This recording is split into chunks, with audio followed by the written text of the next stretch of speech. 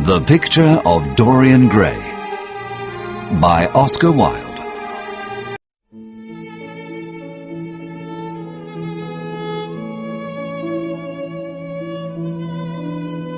Chapter 1. The Artist.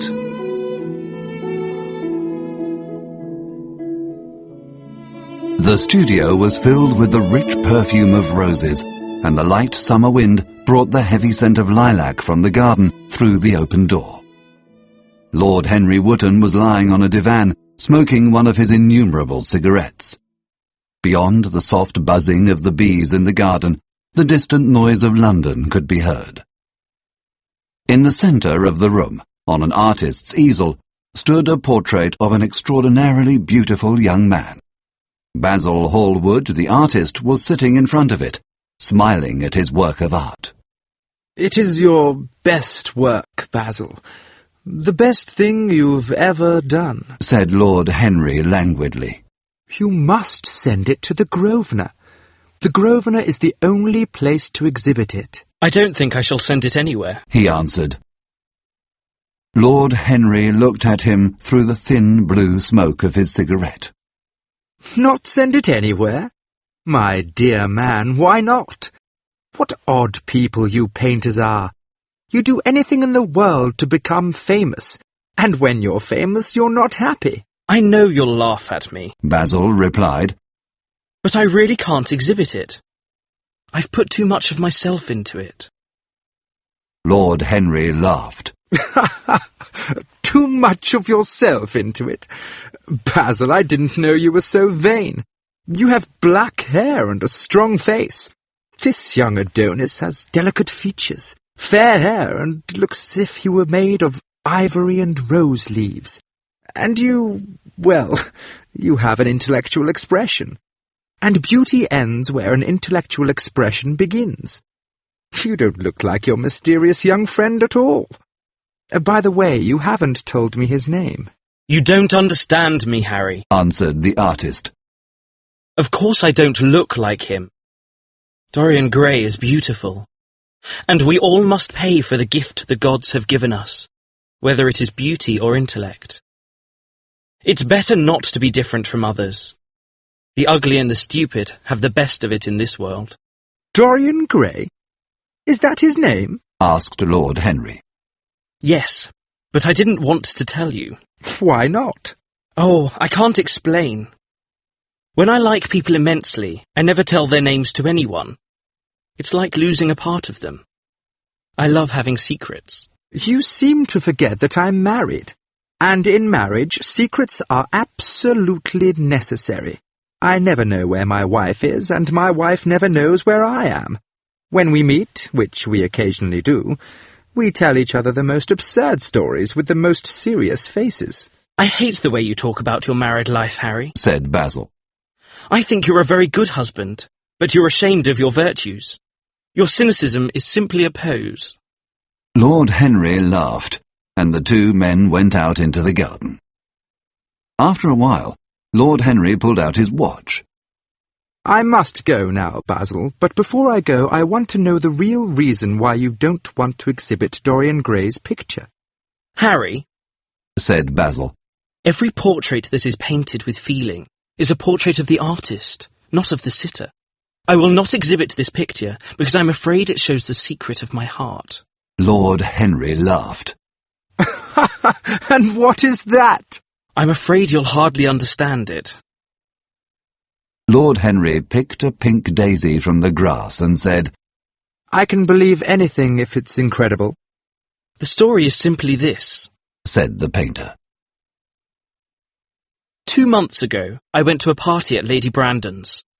After I'd been in the room about 10 minutes, I suddenly felt that someone was looking at me. I turned around and saw Dorian Gray for the first time. When our eyes met, I grew pale with terror. I knew I'd met someone whose personality could absorb my soul and my art. I had a strange feeling that fate had prepared exquisite joys and sorrows. I was afraid and wanted to leave the room. Lady Brandon stopped me, and suddenly I found myself face to face with this young man. We were quite close, and our eyes met. I asked Lady Brandon to introduce me to him. Tell me more about Dorian Gray, Lord Henry said. How often do you see him? Every day. I couldn't be happy if I didn't see him every day. He's absolutely necessary to me. How extraordinary! I thought you'd never care for anything but your art. He's all my art to me now, said the painter. He's my inspiration. Since I met Dorian, I've created the best work of my life. He knows nothing of my adoration for him, but if people saw this portrait, they might guess the secret of my heart, Harry. Tell me, Basil, does Dorian Gray like you? Asked Lord Henry. I know he likes me. As a rule, he's charming to me, but sometimes he seems to enjoy hurting me. Then I feel I've given my heart to someone who thinks it's simply a lovely flower to enjoy on a summer day. Summer days, Basil, can sometimes linger, murmured Lord Henry. Perhaps you'll become tired sooner than he will. Harry, don't say that. As long as I live, the personality of Dorian Gray will dominate me. Lord Henry was amused. How delightful other people's emotions were. I'd like to meet him. I don't want you to meet him. Mr. Dorian Gray is in the studio, sir, said the butler, coming into the garden. You must introduce me now, cried Lord Henry, laughing. The painter said to his servant, Ask Mr. Gray to wait, Parker. Then he looked at Lord Henry. Dorian Gray is my dearest friend. He's a simple, beautiful person. Don't spoil him. Don't try to influence him. Your influence would be bad. Don't take away from me the person who makes me a true artist. What nonsense, said Lord Henry, smiling.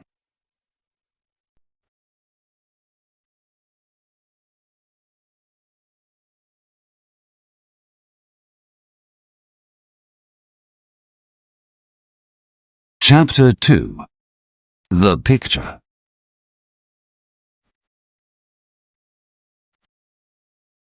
As they entered the house, they saw Dorian Gray. He was seated at the piano with his back to them, turning over the pages of some music by Schumann. You must lend me these, Basil, he cried. That depends on how you sit today, Dorian. Oh, I'm tired of sitting, and I don't want a portrait of myself, answered the boy, turning around. When he saw Lord Henry, a faint blush coloured his cheeks. Oh, I beg your pardon, Basil. I didn't know there was anyone with you. This is Lord Henry Wotton, an old friend of mine, said Basil. I'm very pleased to meet you, said Lord Henry, looking at him. Yes, he was wonderfully handsome, with his scarlet lips, honest blue eyes and golden hair. His face had the purity and candour of youth that inspired trust. No wonder Basil Hallward worshipped him. The painter was busy mixing his colours and getting his brushes ready.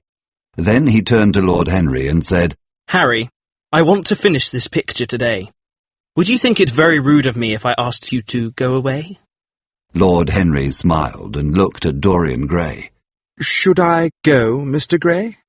Oh, please don't, Lord Henry. Basil is in one of his difficult moods, and I hate it when he's difficult. Basil, please ask Lord Henry to stay. I insist. Hallward bit his lip. If Dorian wishes it, you must stay.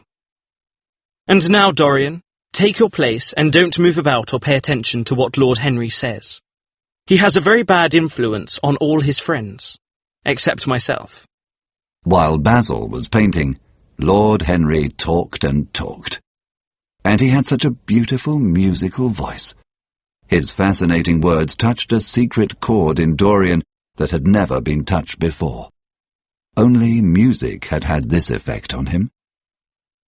I believe that the aim of life is self-development, to realize one's nature perfectly. Every impulse we try to kill stays in our mind and poisons us.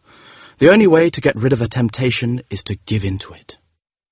Dorian began to understand things about himself that he had never understood before. Words! How terrible they were! How clear and vivid and cruel! Lord Henry watched Dorian with his subtle smile. He knew when to speak and when to be silent. He was surprised at the sudden effect of his words on this fascinating boy. Basil, I'm tired of standing, cried Dorian Gray suddenly. I must go and sit in the garden. My dear fellow, I'm so sorry. When I paint, I only think of my work. I don't know what Harry has been saying to you, but you have a wonderful expression on your face. Lord Henry and Dorian went out into the garden, while Basil worked on the portrait. Dorian buried his face in the lilac blossoms and enjoyed their heavy perfume. Lord Henry murmured, You're right to do that. Nothing can cure the soul but the senses, just as nothing can cure the senses but the soul. Dorian Gray turned his head away. He liked the tall, graceful young man who was standing by him, but for some reason he felt afraid of him. Let's go and sit in the shade, said Lord Henry. You mustn't let the sun burn your face. What does it matter? cried Dorian Gray, laughing. It should matter very much to you, Mr. Gray. Why? Because you're young, and youth is the one thing that really matters. I don't feel that, Lord Henry. No, you don't feel it now. Someday, when you're old and ugly, you'll feel it terribly. You have a wonderfully beautiful face, Mr. Gray. Beauty is a form of genius. It's one of the great facts of the world, like sunlight or springtime. But your beauty won't last forever. When your youth goes, your beauty will go with it. Live the wonderful life that is in you. Be afraid of nothing. We degenerate into hideous puppets, tormented by the passions and temptations we were afraid to give in to. There is absolutely nothing in the world but youth. Dorian Gray listened wide-eyed without speaking. He was experiencing a new emotion he could not express. Suddenly, the painter appeared at the door of the studio. Dorian, come in. They walked towards the house together.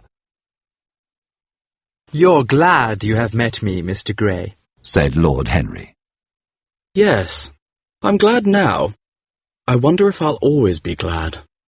Always? That is a terrible word. Women are so fond of using it, said Lord Henry. After about a quarter of an hour, Basil stopped painting.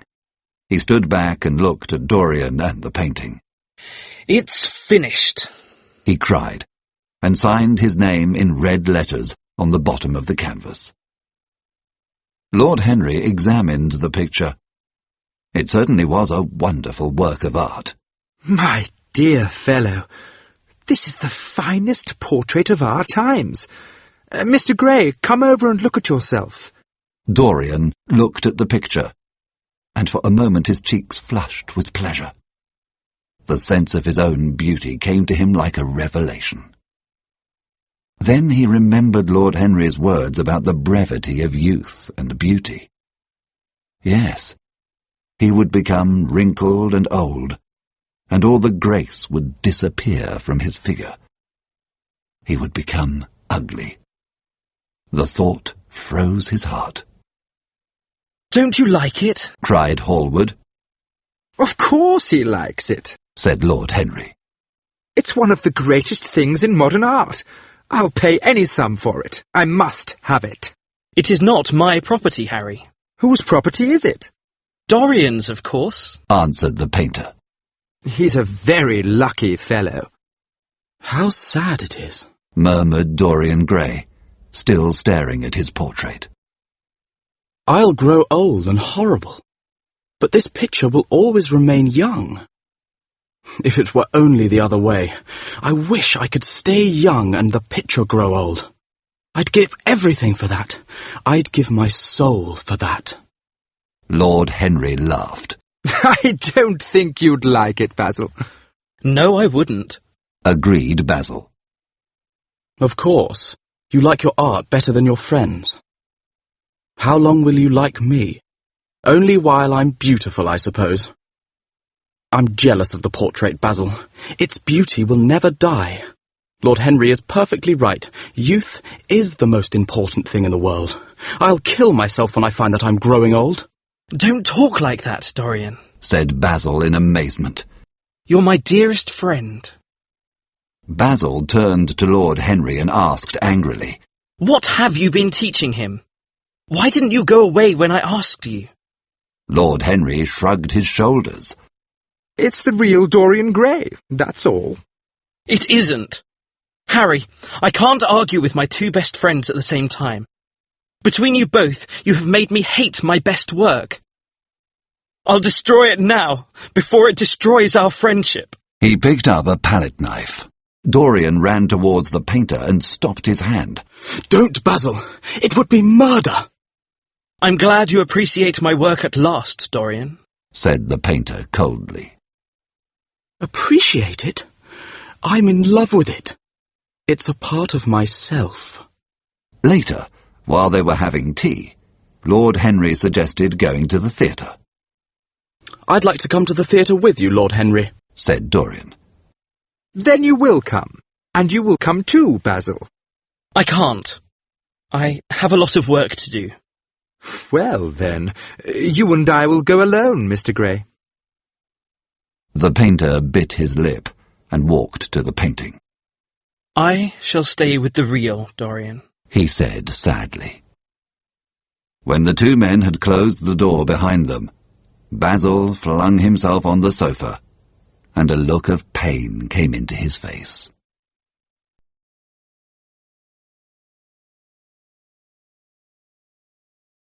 Chapter 4. The Prison of Love.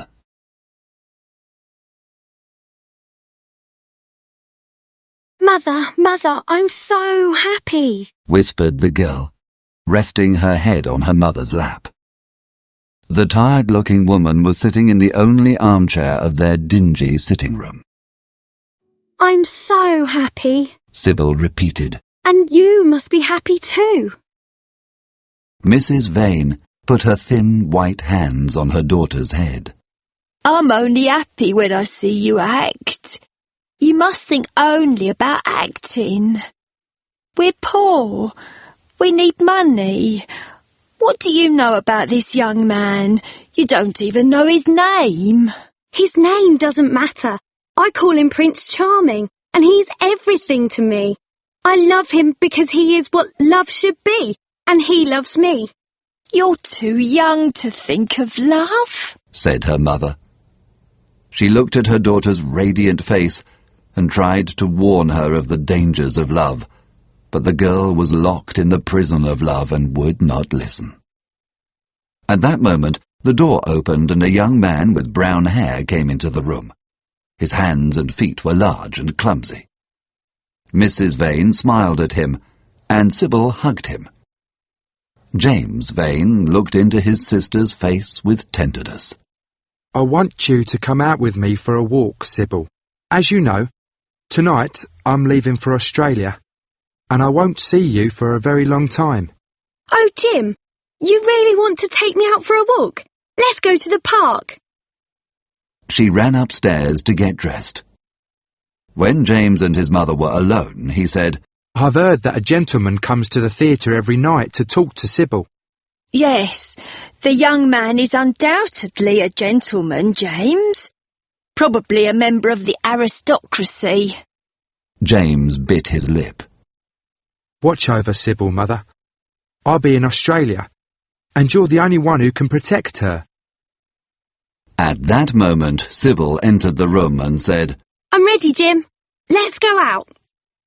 In the park, Sybil talked excitedly to her brother, but he was sad and gloomy. You're not listening to a word I'm saying, Jim, cried Sybil. Why are you so sad? I've heard you have a new friend.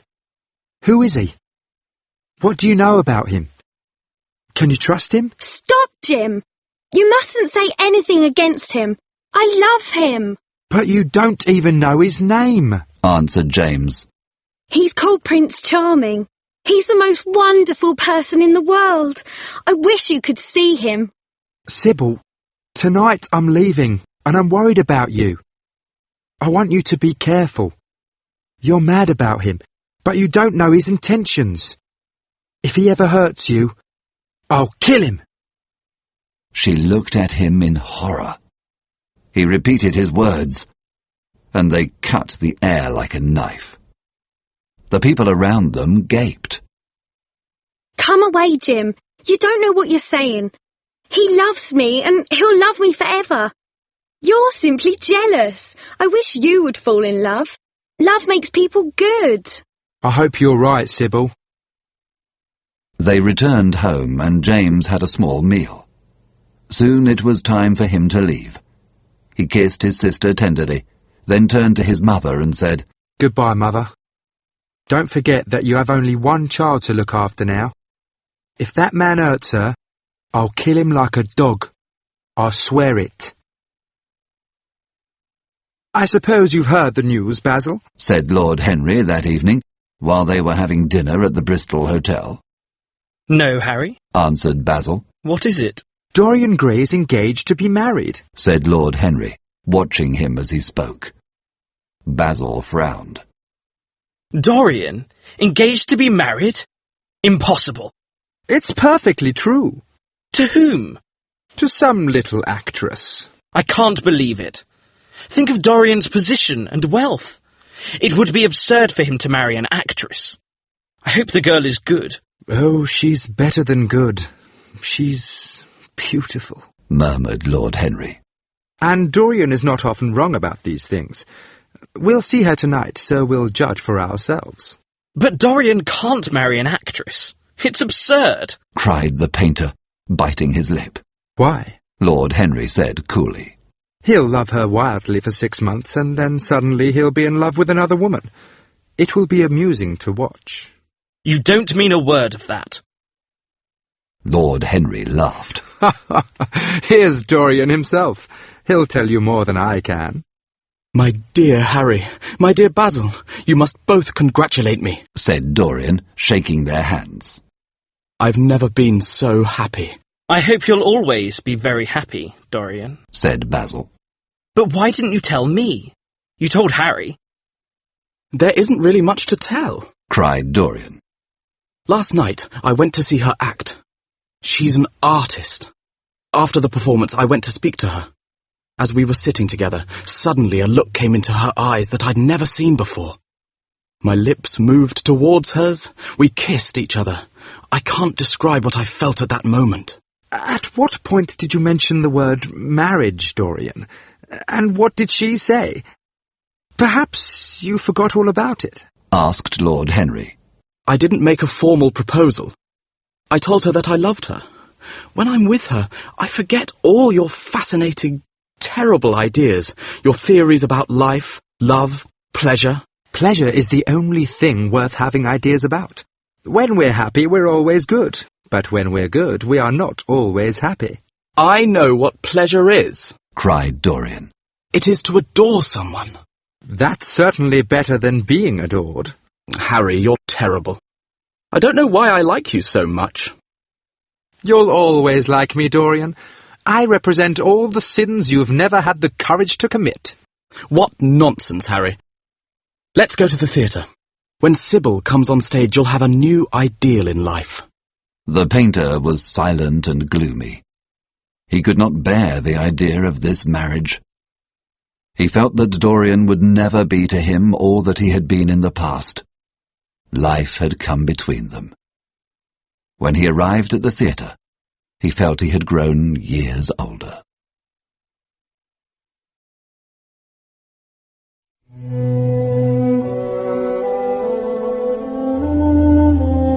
Chapter 5. The Theatre.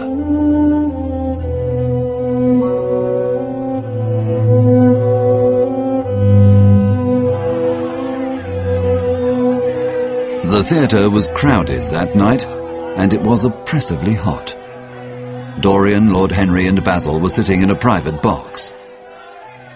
Young people were shouting to each other across the theatre, eating oranges and drinking from bottles. "What a place to find one's love in," said Lord Henry. "Yes, you're right, Harry," answered Dorian. The place is awful, but when she acts, you'll forget these common, rough people with their coarse faces and vulgar gestures. She has the power to elevate them.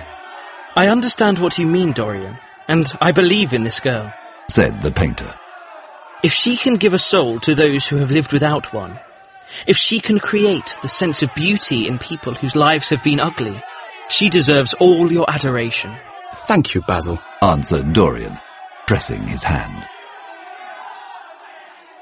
After a quarter of an hour, accompanied by extraordinary applause, Sybil Vane appeared on the stage. Yes, she was certainly lovely to look at. One of the loveliest women Lord Henry had ever seen. Basil jumped to his feet and applauded. Motionless, Dorian Gray stared at her dreamily.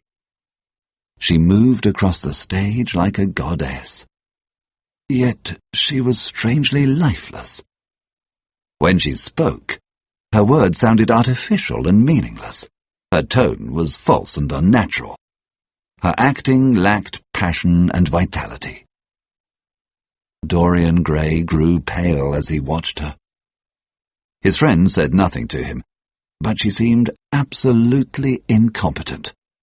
They were horribly disappointed. She grew worse as she went on. Her gestures became artificial. She was a failure. The people in the theatre lost interest and started to talk loudly and laugh. Sybil did not seem to notice anything.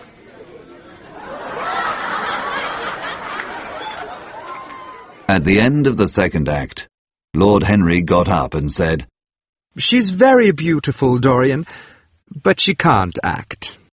Let's go." I'm going to see the entire play, answered Dorian in a bitter voice. I'm so sorry that I've wasted your time. My dear Dorian, perhaps Miss Vane is ill, said Basil. I wish she were ill, but she seems to be simply callous and cold. She's completely changed. Last night she was a great artist. This evening she's a mediocre actress. Go away. I want to be alone. Can't you see my heart is breaking? Hot tears came to his eyes, and he hid his face in his hands. As soon as the play was over, he rushed to see Sybil. When she saw him, an expression of great joy came over her. Dorian! How badly I acted tonight, she cried. Horribly! It was terrible. Are you ill? You have no idea how I suffered. Dorian, don't you understand? She said, smiling. Understand what? He asked angrily. Why I was so bad tonight. While I'll always be a bad actress. You're ill, I suppose. When you're ill, you shouldn't act. My friends were bored. I was bored. She did not seem to listen to him. Dorian, she cried. Before I knew you, acting was the only thing in my life. It was only in the theatre that I lived. Then you came and freed my soul from prison. You made me understand what love really is. It wasn't what I was playing on the stage. Only your love is real to me. Everything else is false and artificial. My love, take me away with you where we can be alone. Dorian threw himself on the sofa and said coldly, You've killed my love. She looked at him in wonder and laughed. Yes, you've killed my love, he repeated. I loved you because you were marvellous, because you had genius and intellect. You've thrown it all away. You're shallow and stupid. My God, how mad I was to love you. What a fool I've been. You're nothing to me now. I'll never see you again. Without your art, you're nothing. The girl trembled. You aren't serious, Dorian, she murmured. She put her hand on his arm. Don't touch me, he cried. She threw herself at his feet and lay there like a trampled flower. Dorian, don't leave me, she whispered. Can't you forgive me for tonight? I'll work so hard and try to improve. Don't be cruel to me because I love you better than anything in the world. Oh, don't leave me. She crouched on the floor like a wounded thing, and Dorian, with his beautiful eyes, looked down at her in disdain. Her tears annoyed him. "I'm going," he said, in his calm, clear voice. "I don't want to be unkind, but I can't see you again. You've disappointed me." He turned around, and in a few moments he was out of the theatre. He walked through dark streets and past dingy houses. At dawn he was near Covent Garden, from where he took a carriage home. As he passed through his library, his eye fell on his portrait. He stared at it in surprise and walked on into his bedroom. Then he returned to the library and examined the picture. In the dim light, the face appeared to be changed. The expression looked different. He walked to the window and opened the curtains. He looked at the portrait again. The bright sunlight showed him the lines of cruelty around the mouth. He picked up a small oval mirror, one of Lord Henry's many gifts, and looked at his real face. There were no hard lines around his mouth. He examined the picture again. His expression in the painting had changed. It was horribly apparent. He threw himself into a chair and began to think. Suddenly he remembered his words in Basil's studio the day the picture had been finished. He had made a mad wish that he might remain young and beautiful, and the painting should grow old and ugly. That the face in the picture might reflect his passions and sins, and that he might keep the candour of youth. Had his wish come true? Such things were impossible. And yet, there was the picture in front of him, with a touch of cruelty in the mouth. Cruelty? Had he been cruel? No. Why should he think about Sybil Vane? She was nothing to him now. The picture held the secret of his life and told his story. It had taught him to love his own beauty. Would it teach him to hate his own soul? It was the mirror of his conscience. He decided to save himself, to resist temptation. He would not see Lord Henry again. He would not listen to his poisonous theories. He would go back to Sybil Vane, marry her, and try to love her again. His life with her would be beautiful and pure. He got up from his chair and put a large screen in front of the portrait. "How horrible," he murmured to himself. Then he went out into the garden and thought only of Sybil.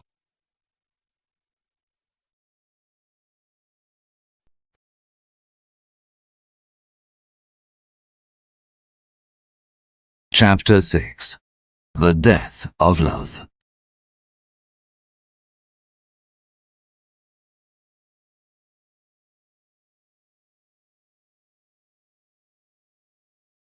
It was long past noon when he awoke. His servant came in softly with a cup of tea and some letters. He noticed that one was from Lord Henry and put it aside. After about 10 minutes he got up, had a cool bath, got dressed, and went into the library to have a light breakfast. It was an exquisite day. He felt perfectly happy. Suddenly his eye fell on the screen that he had put in front of the portrait, and he jumped. Was it all true? Had the portrait really changed? The thing was absurd. Should he move the screen? Why not let it stay there? But what if someone else looked at the portrait and it had really changed? What would he do if Basil came and asked to look at his own picture? He had to examine it at once. He locked both doors and then removed the screen. It was true. The portrait had changed. He shuddered with horror and felt afraid. The portrait had made him conscious of how cruel and unjust he had been to Sybil. He went to the table and wrote a passionate letter to her, begging her forgiveness and accusing himself of madness. When we blame ourselves, we feel that no one else can blame us. When Dorian had finished the letter, he felt that he had been forgiven. Suddenly there was a knock at the door. and Lord Henry's voice outside. My dear boy, I must see you. Dorian put the screen in front of the picture and unlocked the door. I'm so sorry about it all, Dorian, said Lord Henry. but you mustn't think too much about her. Do you mean Sybil Vane? Dorian asked. Of course, Answered Lord Henry, sitting down and slowly pulling off his gloves. It's terrible, but it isn't your fault. Did you go and see her after the play was over? Yes. Did you have an argument? It was brutal, Harry. Perfectly brutal. But it's all right now. I'm not sorry for anything that happened. It's taught me to know myself better. Ah, Dorian, I'm so glad you see it that way. My dear Harry, I know what a conscience is now. It's the most divine thing in us. I want to be good. I don't want to destroy my soul. I admire your intentions, but how are you going to begin? By marrying Sybil Vane.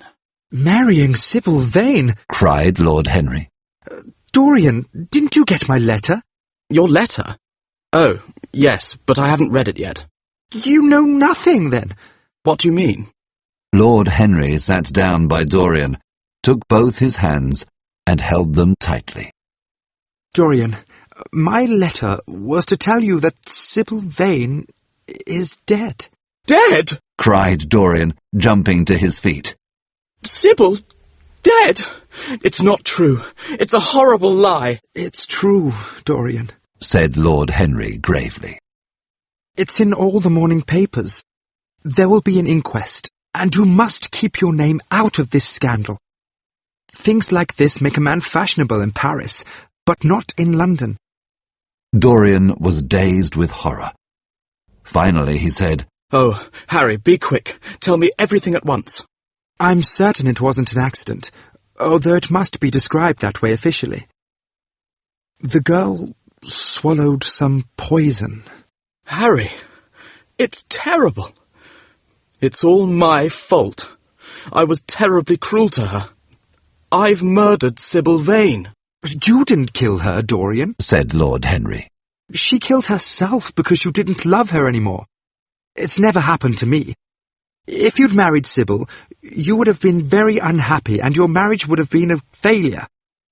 Don't waste your tears on Sybil Vane. She's played her last part. Come and dine with me, and later we'll go to the opera. So I've murdered Sybil Vane. Yet the roses are not less lovely, and the birds sing just as happily. Why is it that I can't feel this tragedy as much as I want to? I don't think I'm heartless. Do you? You've done too many foolish things in the last fortnight to be heartless, Dorian, said Lord Henry, with his sweet, sad smile. There was silence. After some time, Dorian looked up. You've explained me to myself, Harry. How well you know me. You're certainly my best friend. But we won't talk about this any more. It's been a marvellous experience. I think I shall join you at the opera tonight, Harry. I feel too tired to eat anything. I'll see you before 9:30, I hope. As soon as Lord Henry had left, Dorian moved the screen and looked at the picture again. No, there was no further change. It had received the news of Sybil's death before he had known of it himself. Poor Sybil. She had died for love of him. He felt that the time had come for making his choice. Or had life already decided for him? Eternal youth, infinite passion, secret pleasures, wild joys, and wilder sins. He would have all these things. The portrait would carry all the shame. That was all. The portrait would be a magic mirror of his soul. An hour later, he was at the opera with Lord Henry.